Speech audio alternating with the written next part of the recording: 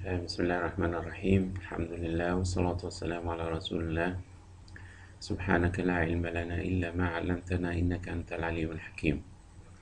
Dear colleagues, this is the lecture number 6 in the series of Diagnostic Radiology in English, DRE, and we are handling the subjects of brain imaging.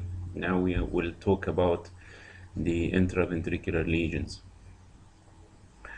As you all know, there are a lot of lesions that can occur inside the ventricles, and here are the main or the most common lesions we can see in the clinical practice, including the ependymoma, the choroid plexus papilloma, the meningioma, the subependymoma, giant cell, subependymal astrocytoma, and the neurocytoma.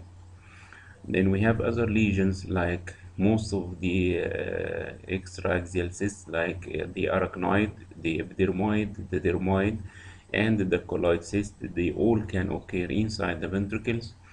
And some of the tumors like the medulloblastoma, astrocytoma, and metastatic deposits. Then how to know first that this lesion is inside the ventricle? We have certain diagnostic criteria, and we should ensure first that this lesion is an intraventricular lesion in order to go into the differential diagnosis. Then one of the easiest things is to see the lesion totally confined within the ventricle, like this tumor. You can see a homogeneous enhanced lesion totally located within the occipital horn of the left lateral ventricle.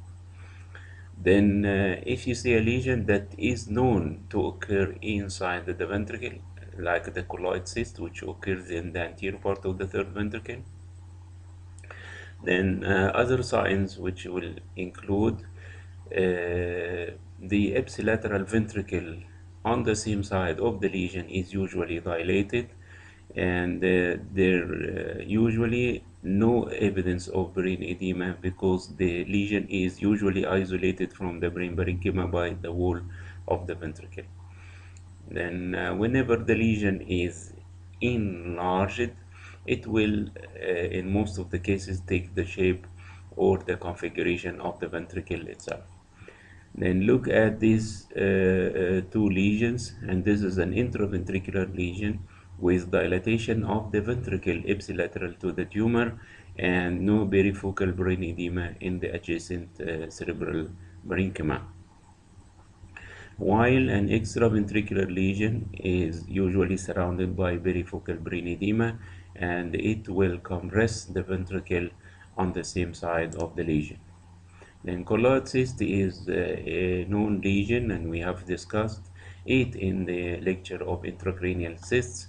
It has a characteristic location related to the anterior part of the third ventricle, and it usually shows high signal in T1 and T2 weighted images, and also shows hyperdense attenuation in the CT images.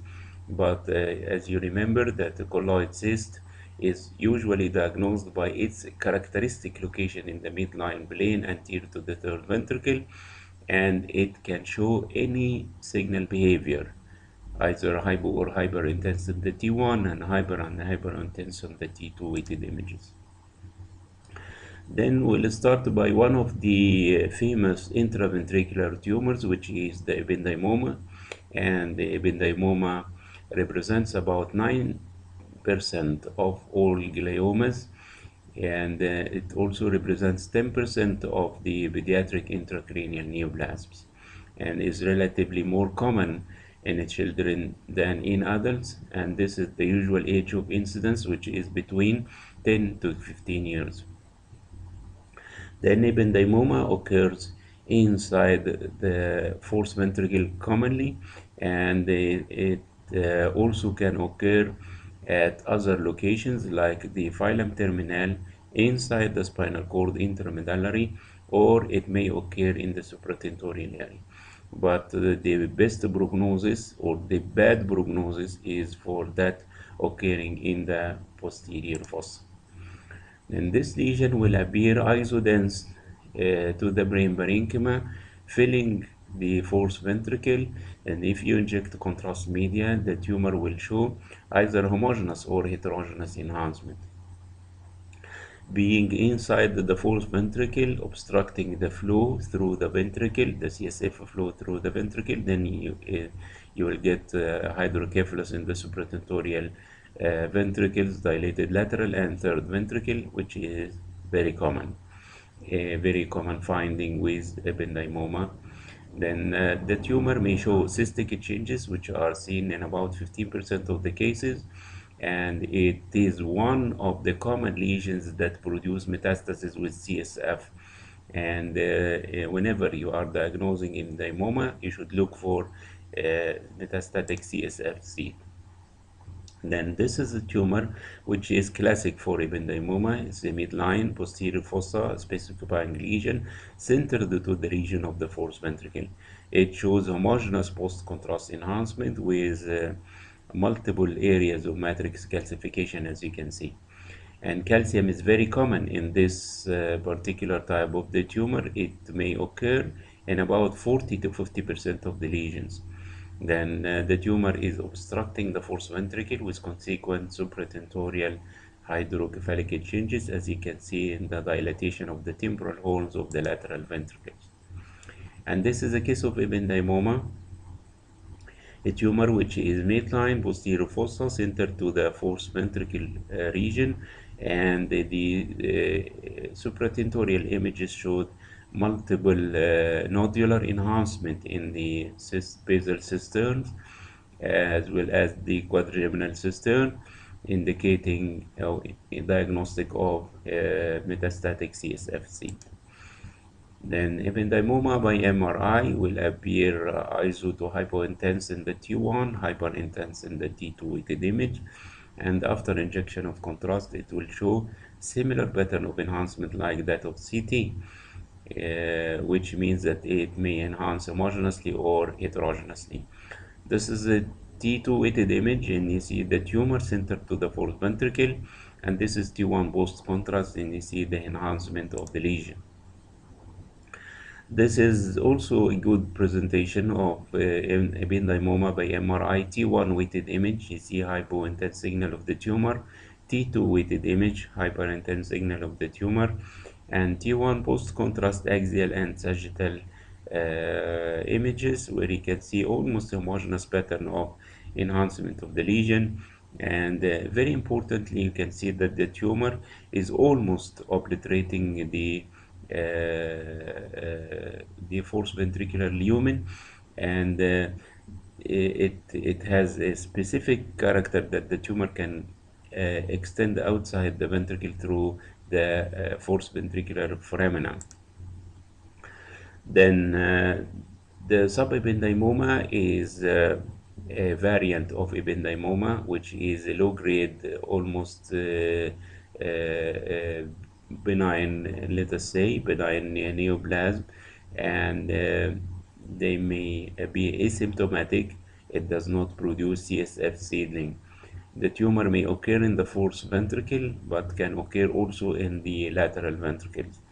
One of the most specific criteria of this subependymoma is that it does not enhance after contrast injection. And this is the flare image, and this is T1 post-contrast, and you can see the high signal of the tumor in the flare and absence of contrast enhancement after injection of contrast medium.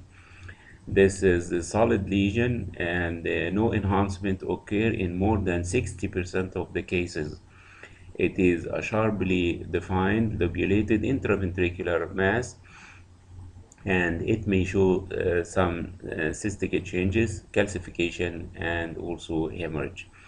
This is T1 weighted image, and you see an intraventricular tumor in the right lateral ventricle of intermediate signal, and increased signal in the T2 weighted image after injection of contrast media, and you can see that the tumor does not show any pattern of contrast enhancement. Then look at this case where you can hardly see a lesion in the frontal horn of the left lateral ventricle, it shows intermediate signal in the T1, and you cannot appreciate the lesion in the T2 weighted image. And after injection of contrast, you can see that the lesion does not enhance. And this is the FLAIR image, which will show the tumor of high signal compared to the dark signal of the CSF. And being the tumor does not show any pattern of enhancement, as I have said, and this is one of the supportive diagnostic criteria of the subependymomas. Then we came to the choroid plexus papilloma, one of the famous tumors occurring inside the ventricle, and it represents about 3% of all pediatric intracranial tumors, and most of these lesions occur in the pediatric age group before the age of 5 years. And the tumor arises from the choroid plexus, and you will know that the choroid plexus is responsible for CSF production. Then functioning tumors will increase the CSF production, and this will result in what's known as communicating non-obstructive hydrocephalus. Also, the tumor may obstruct the CSF flow because of mechanical obstruction or because of the hemorrhage. And this tumor, as you all know, is very vascular, and it frequently bleeds within the CSF spaces. Then the choroid plexus papilloma, about 25% of the lesions may show calcium and hemorrhage, and being a benign or almost a benign lesion, but it may show CSF seedling. Whenever you inject the contrast media, it will show a strong heterogeneous enhancement. The strong enhancement because of the hypervascularity, and the heterogeneous enhancement because of the frequent areas of bleeding inside the tumor. Then this tumor has a characteristic lobulated surface, which is similar to mulberries. Then you see this classic appearance of choroid plexus papilloma occurring inside the ventricle, and you can see the marked dilatation of the ventricular system due to overproduction of the CSF flow of the CSF. Then this is, some of the choroid plexus papillomas do not secrete CSF, and then you will see only an intraventricular tumor with a lobulated surface, a strong enhancement, and you can see that the ventricles are not so much dilated. Then this is an appearance of the choroid plexus papilloma occurring in the occipital horn of the right lateral ventricle. The tumor usually shows a lobulated surface, and this edema is due to obstruction of the CSF flow in the occipital horn with retrograde backflow of the CSF in the adjacent brain parenchyma. Then whenever the choroid plexus papilloma has invaded the ventricular wall and extended outside the ventricle into the adjacent brain parenchyma, then you can consider the diagnosis of choroid plexus carcinoma. And this is a high-grade tumor, WHO3, and it has a high incidence of metastatic CSF seed. And sometimes it may be difficult to differentiate carcinoma from papilloma, especially if the carcinoma is totally confined within the ventricle. And this is the case of choroid plexus carcinoma that has invaded the ventricular wall and extended into the adjacent brain parenchyma with consequent perifocal brain edema around the tumor. And you know that resected choroid plexus papilloma will have a 100% 5-year survival rate, while the carcinomas will have only 40% 5-year survival rate.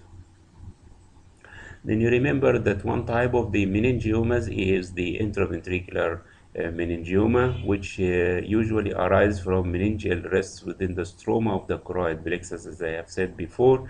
And the most common site for the intraventricular meningioma is the trigone of the lateral ventricle, commonly the left one if compared to the right side.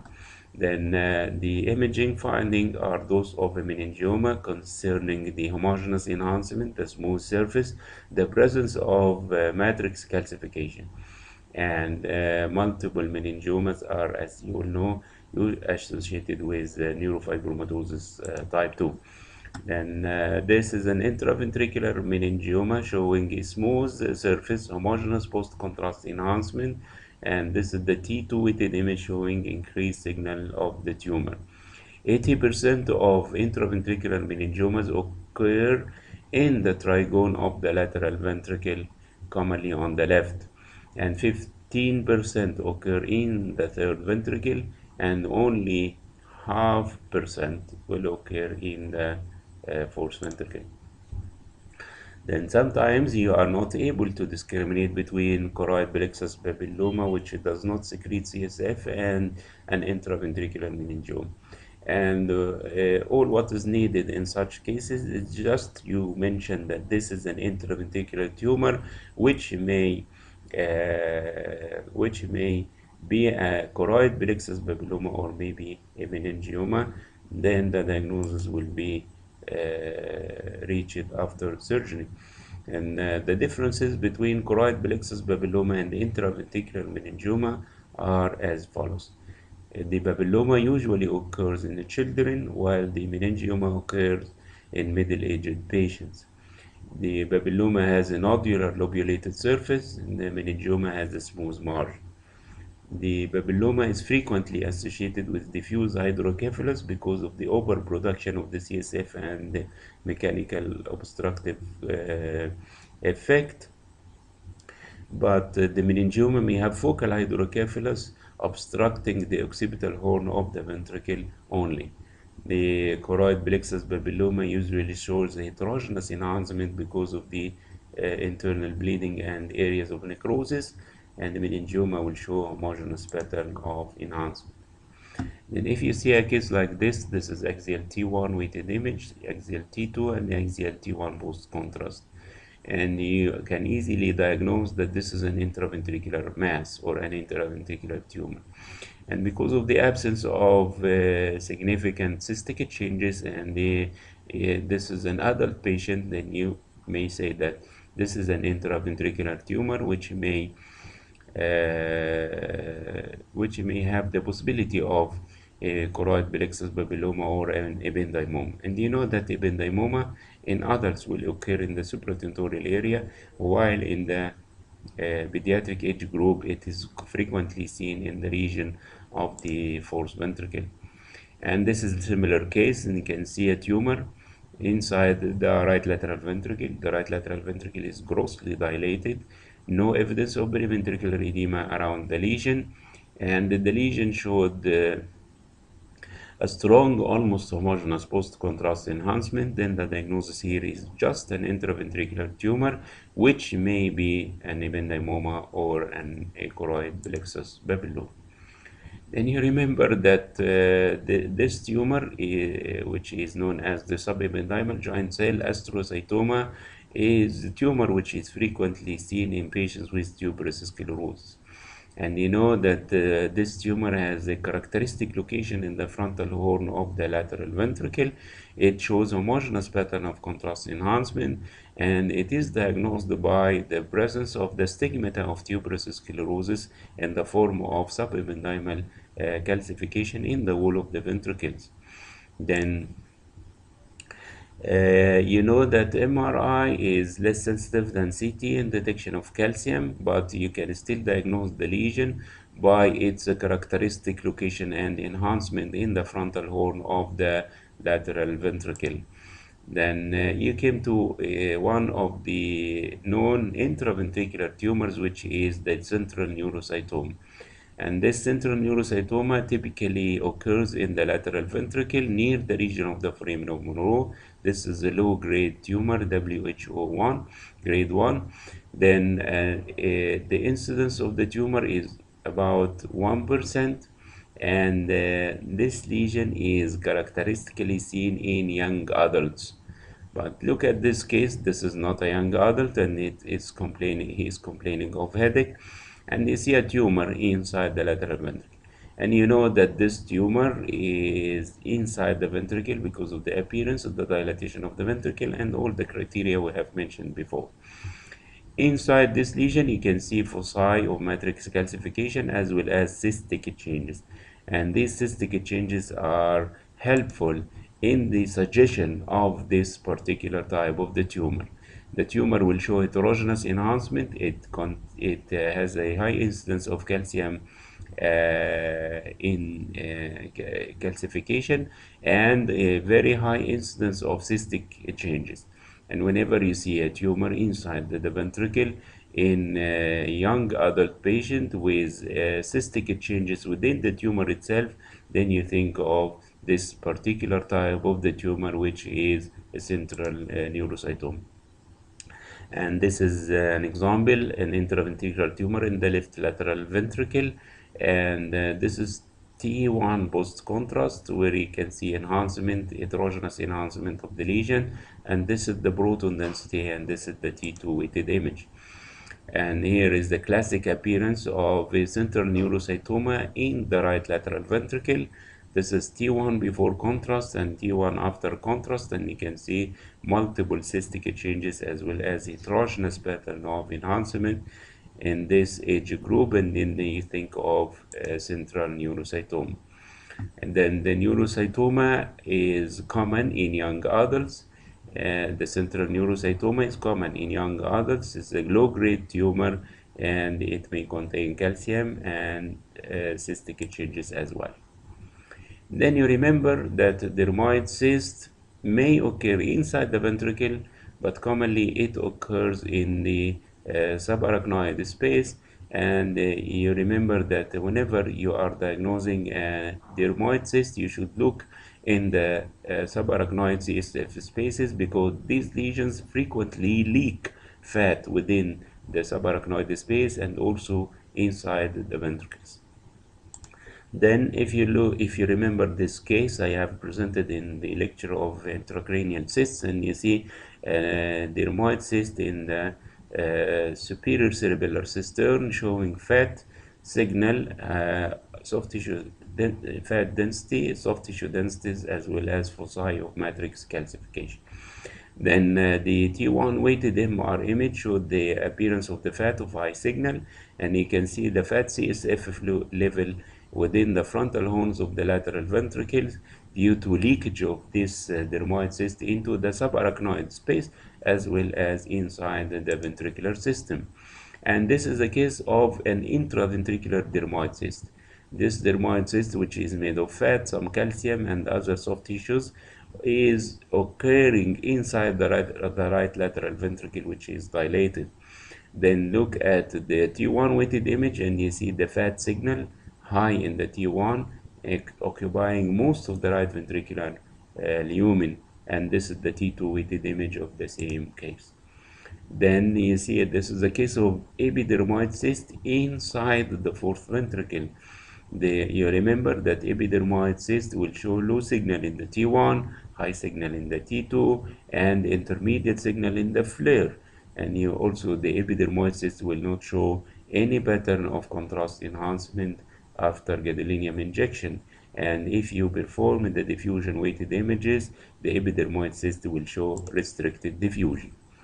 Then subependymal metastatic deposits are diagnosed in patients known to have primary malignancy, and this patient is known to have a bronchogenic carcinoma with multiple enhancing nodules in the wall of the ventricle, diagnostic of metastatic deposits. And this is the case of multiple periventricular enhancing lesions in the wall of the ventricle and surrounded by some degree of perifocal brain edema. And you remember from the lecture of the brain tumors that enhancing lesions periventricular in location may suggest the diagnosis of lymphoma. But also, if you know that this patient is known to have a primary malignancy, then you may suspect the possibility of metastatic deposits. Then you look at this case with this female patient is known to have breast cancer. Then in the T1 weighted image, you can see nodules in the wall of the ventricle, and these nodules have shown homogeneous enhancement. This patient had double primary. It has breast cancer and is known also to have lymphoma. Then, what do you think of these lesions? Do they represent metastatic deposits or lymphomatous deposits around the ventricle? We do not know. Then you may go to the clinical picture. You may have the help of spectroscopy, for example, and I don't know actually the way of treatment of such lesions, whether it is directed to the breast cancer or lymphoma or both conditions. And I thank you very much.